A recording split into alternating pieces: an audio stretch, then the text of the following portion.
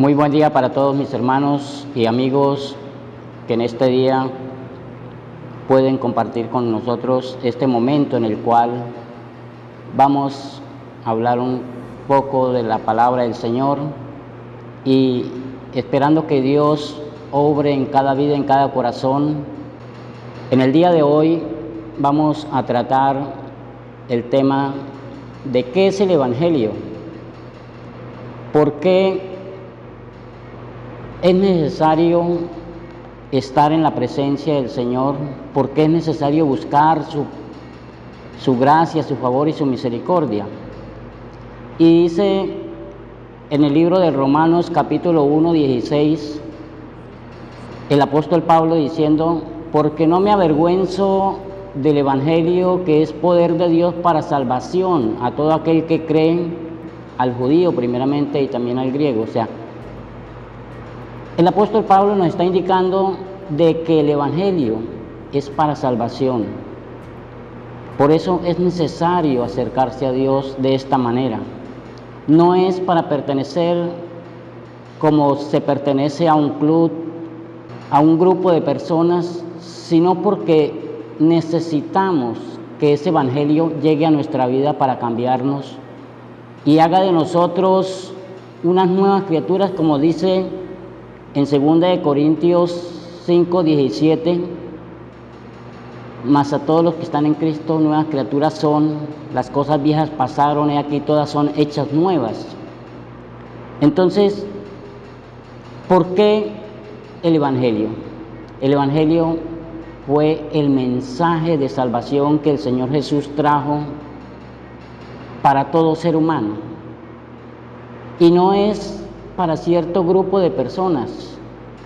En el principio el Señor había escogido a Israel como su único pueblo, pero en su grande misericordia Él quiso extender esa gracia y ese favor hacia Dios, de parte de Dios, y permitió que no solamente el pueblo de Israel, sino todo el género humano que creyera en Él y hiciera las cosas como Él las mandó que se hiciesen, pudieran alcanzar salvación.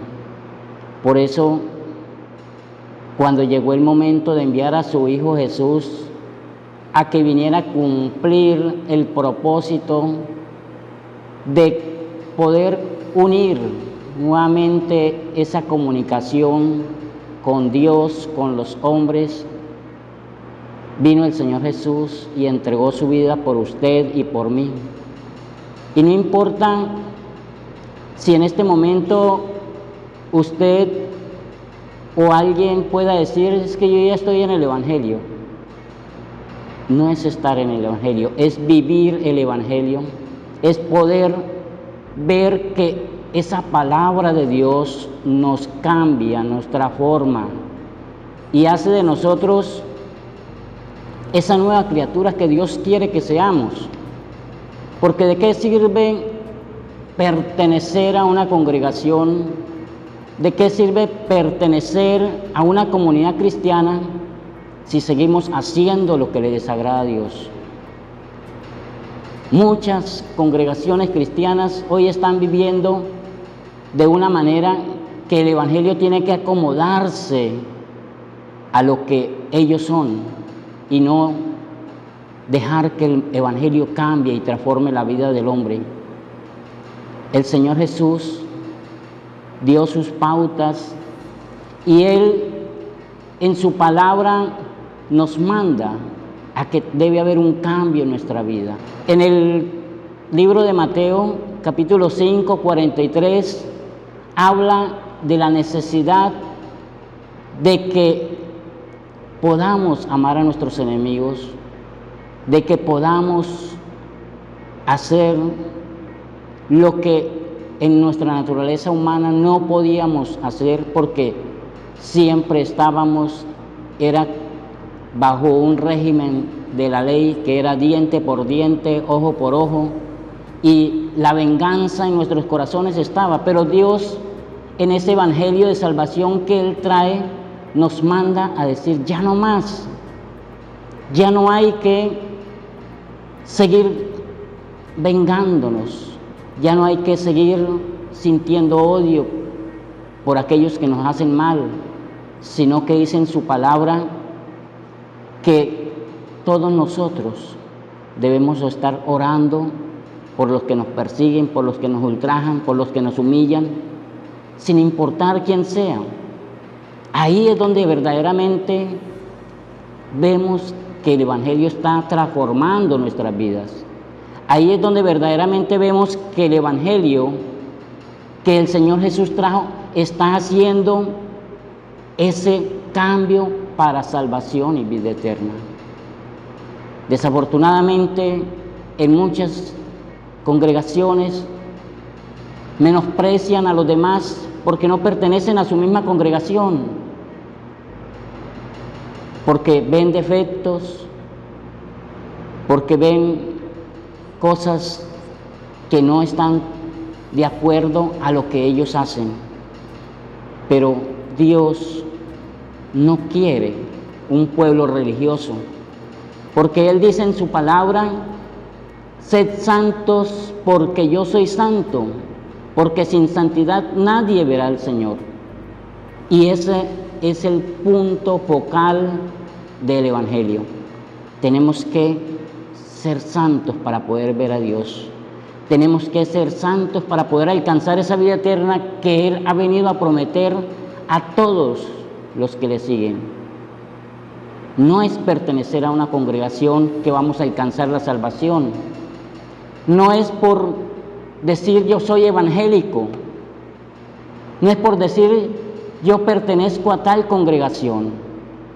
Es porque el Evangelio que el Señor Jesús trajo a nuestra vida está haciendo algo especial en cada uno de nosotros. Entonces, ¿qué podemos hacer?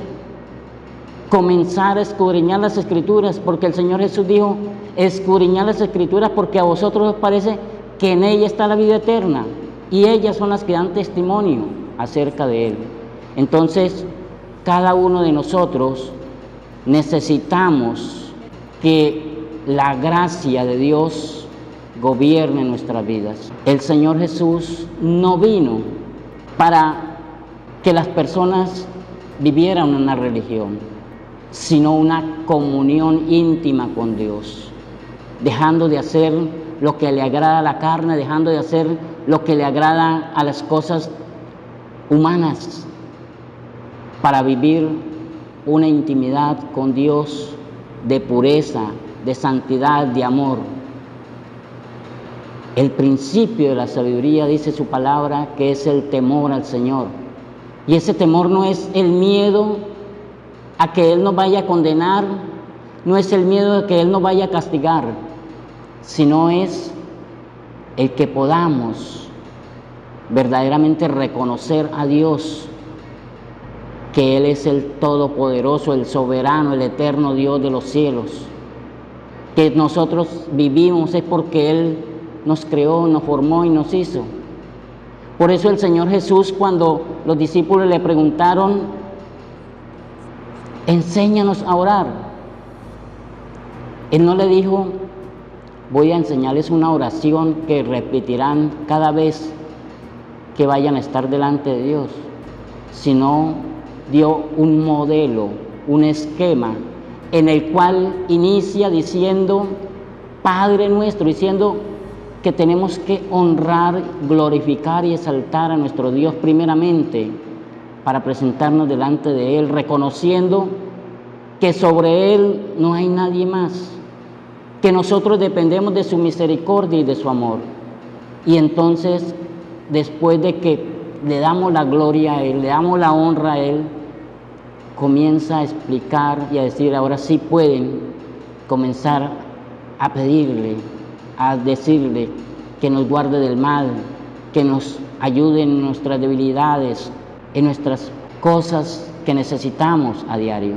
El Señor quiere es un pueblo transformado, no un montón de gente religiosa que menosprecia la ley de Dios, los mandamientos de Dios, y que no obedece, porque de nada nos sirve a nosotros sabernos textos de las Escrituras, sabernos la Biblia, de haber dicho que la hemos leído 4 o 5 veces de Génesis hasta Apocalipsis, pero si esa palabra no ha hecho un cambio en nuestra vida, de nada nos sirve. Una visión que tuvo el profeta Ageo, donde él le mostraba 3 cosas que él iba a hacer. En el capítulo 7 de Ageo, él muestra a Ageo lo que él iba a hacer.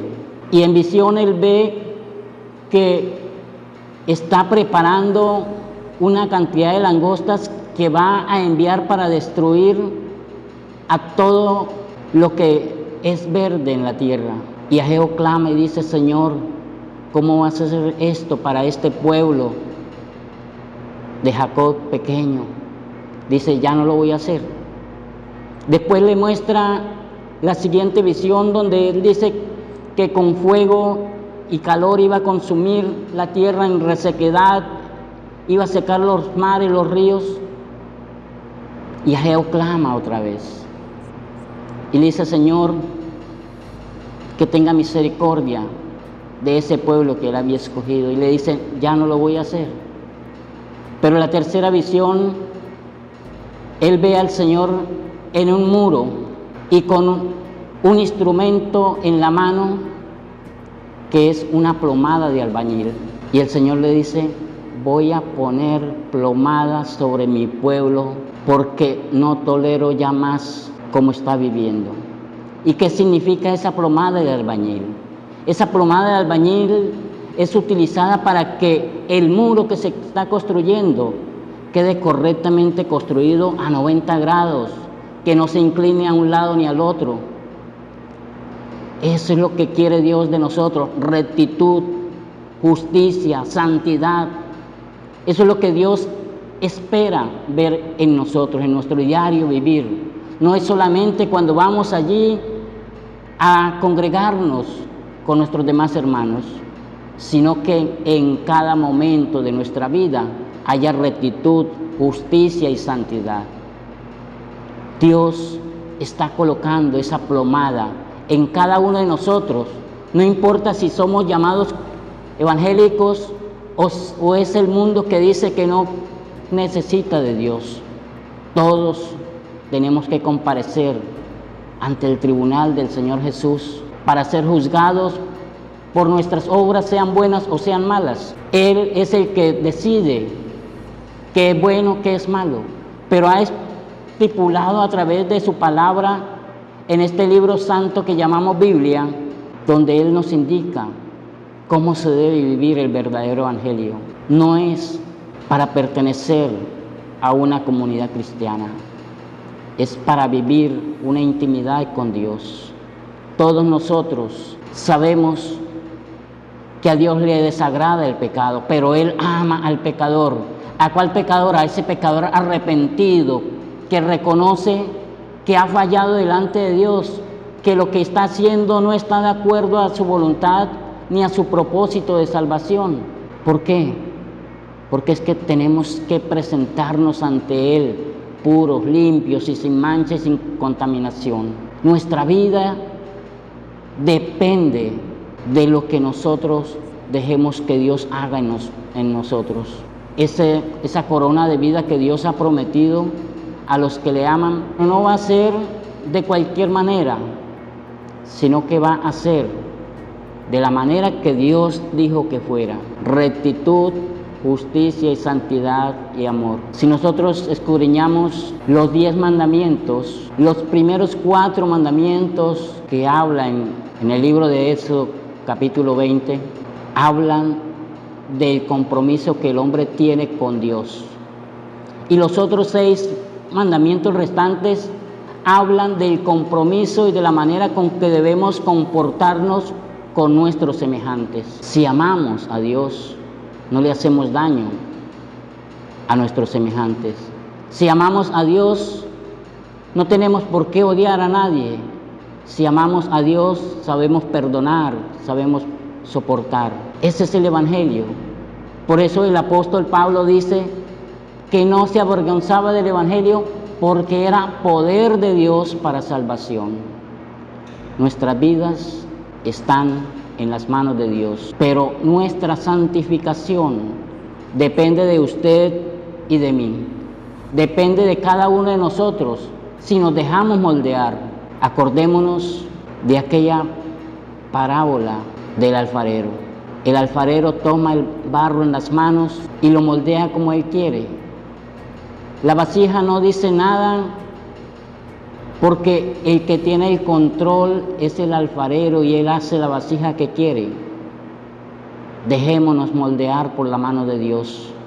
Dejemos que esa palabra que Dios dispuso en este libro santo sea la que cambie y transforme.